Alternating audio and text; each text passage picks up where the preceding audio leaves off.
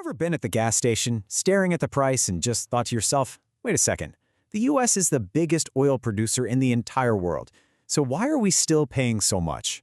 Well, today, we're going to unravel that exact question, the great American oil paradox. I mean, it's a fact that just seems to fly in the face of basic logic. America is pumping out more crude oil than any country in history. And yet, every single day, we bring in millions of barrels from other places. It just doesn't seem to add up, right? Well, there's a fascinating reason why this whole situation isn't just logical, it's actually profitable. And hey, look at the numbers. They don't lie. Back in 2023, we actually shipped out more total petroleum than we brought in. We're what you'd call a net exporter. So what is really going on here? Well, the answer isn't just one thing. It's more like a puzzle with three really important pieces. Let's start with the first clue. Okay, so clue number one is this fundamental truth about the oil industry. Not all crude oil is the same. It's not like you can just pour it from one bucket to another. See, crude oil is this incredibly complex mix, and its specific recipe changes absolutely everything about what you can do with it. Really, it all boils down to one simple ingredient, sulfur. Think of it this way. Sweet crude is the good stuff, the clean, easy-to-use version that has very little sulfur. And sour crude? Well, it's the opposite. It's packed with sulfur, which makes it a whole lot dirtier and way harder to work with. So why does this one little ingredient matter so much? Well, because that sweet crude is so much easier to refine into the things we all want, like gasoline and jet fuel. Sour crude? It's messier, it's more expensive to process, and you're left with a lot more heavy, goopy residue. So naturally, sweet crude is just plain more valuable. It trades at a premium. And this is where geography enters the picture. You see, America's huge oil boom, the one you hear about in places like the Permian Basin in Texas, that's all about that premium, light, sweet crude. Meanwhile, other huge producers like Canada, Mexico, and the Middle East, they're mostly pumping out the heavy, sour stuff. And this big geographical split is the key to our second clue. So, if we're producing so much of this premium sweet crude, you're probably thinking, why don't we just use it all ourselves? Well, the problem is kind of like a historical hangover. Our country's manufacturing infrastructure is basically out of sync with the natural resources we're pulling out of the ground. Let's rewind a bit. Back in the 70s and 80s, the US went on this building spree, putting up these massive, super complex refineries, especially all along the Gulf Coast. But here's the kicker, they weren't built for the kind of light, sweet oil we produce now. Nope. They were specifically engineered to handle the heavy, sour crude we were importing from places like Venezuela and the Middle East. So you fast forward to today, and we've got this incredible shale boom producing an oil that our own refineries aren't really built for. And the obvious next question is, okay, so why not just upgrade the refineries? If only it were that simple. It's actually incredibly difficult.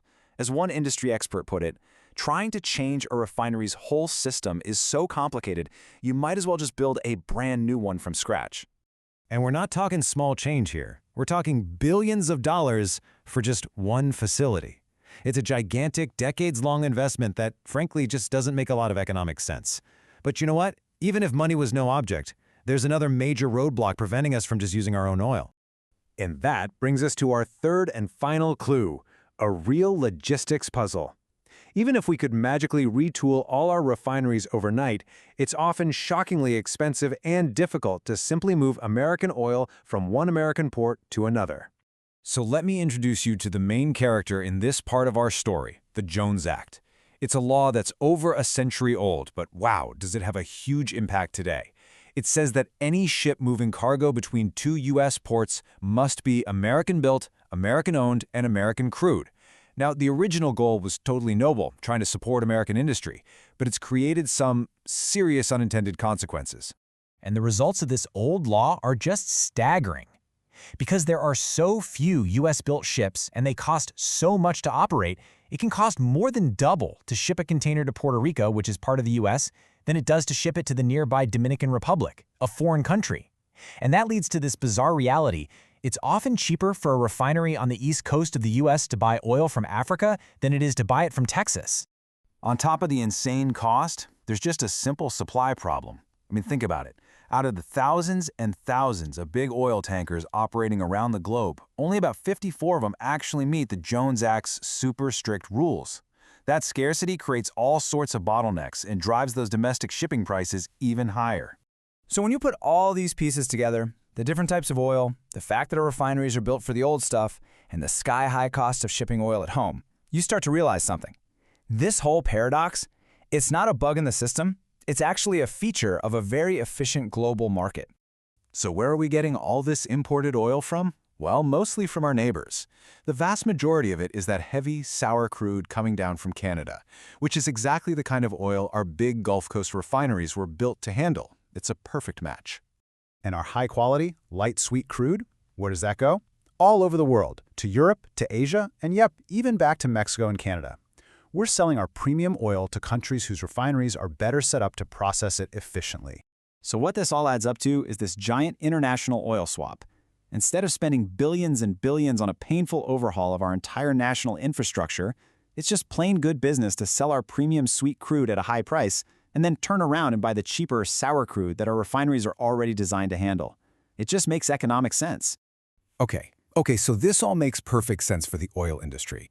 But if we're a net exporter, why do events on the other side of the planet still make gas prices spike for us at home? Why aren't we, insulated from all that? And this, right here, is the key takeaway for all of us. Because oil is a globally traded commodity, its price is set on the world market. The price of a barrel of West Texas crude isn't some special made-in-the-USA price. It's a global price. So when a conflict disrupts supply in the Middle East, or when demand suddenly surges in Asia, it raises the price for everyone, everywhere. Being a huge producer definitely helps stabilize things, but it doesn't give us some secret discount. We just can't wall ourselves off in the global economy. Which really leaves us with a challenging question, doesn't it? We hear the term energy independence thrown around all the time as this big political goal. But in a world where energy flows across borders like water, what does that phrase truly even mean? It's definitely something worth thinking about long after you've filled up your tank. Thanks for tuning in.